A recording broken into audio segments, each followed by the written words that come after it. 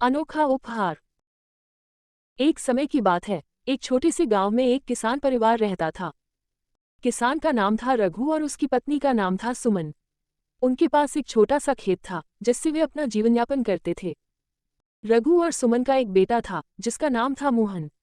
मोहन बहुत ही होशियार और दयालु था, लेकिन उसमें एक कमी थी, वो हमेशा दूसरों से ईर्ष्या करता था। एक दिन गांव में एक महान साधु आए। साधु ने घोषणा की कि वे एक विशेष उपहार देंगे जो किसी भी एक व्यक्ति को उसकी सबसे बड़ी कमजोरी से छुटकारा दिलाएगा। गांव के सभी लोग उत्साहित हो गए और साधु के पास जाकर अपनी परेशानियां बताने लगे।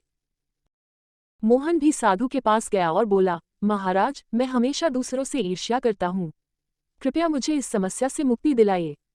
साधु ने मोहन की बात सुनी और मुस्कुराते हुए कहा, तुम्हें ईर्ष्या से मुक्ति पाने का एक उपाय बताता हूँ। तुम्हें एक विशेष कार्य करना होगा। गांव के सभी लोगों के बीच जाकर उन्हें खुशियों का उपहार देना होगा। जब तुम ऐसा करोगे तब तुम्हारी ईर्ष्या समाप्त हो जाएगी। मोहन ने साधु की बात मानी और अगले दिन से ही गांव के लोगों के बीच जाकर उन्हें छोटे छोटे उपहार देने लगा। उसने किसी को फूल दिए, किसी को मिठाई और किसी को नई किताबें।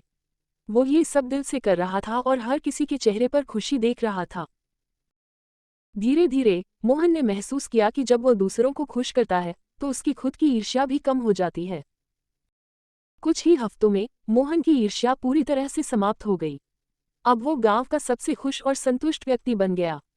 साधु ने उसे आशीर्वाद दिया और कहा, मोहन, तुमने अपने कर्मों से यह साबित कर दिया कि सच्ची खुशी दूसरों को खुश करने में है। जब तुमने अपने दिल से दूसरों को खुश किया तो तुम्हारी सबसे बड़ी कमजोरी खुद ही दूर हो गई।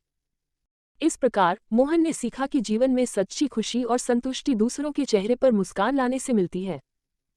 ये कहानी हमें सिखाती है कि यदि हम अपने अंदर की कमियों से लड़ना चाहते हैं तो हमें दूसरों की मदद करके और उन्हें खुश करके अपने जीवन को सही दिशा में ले जाना चाहिए।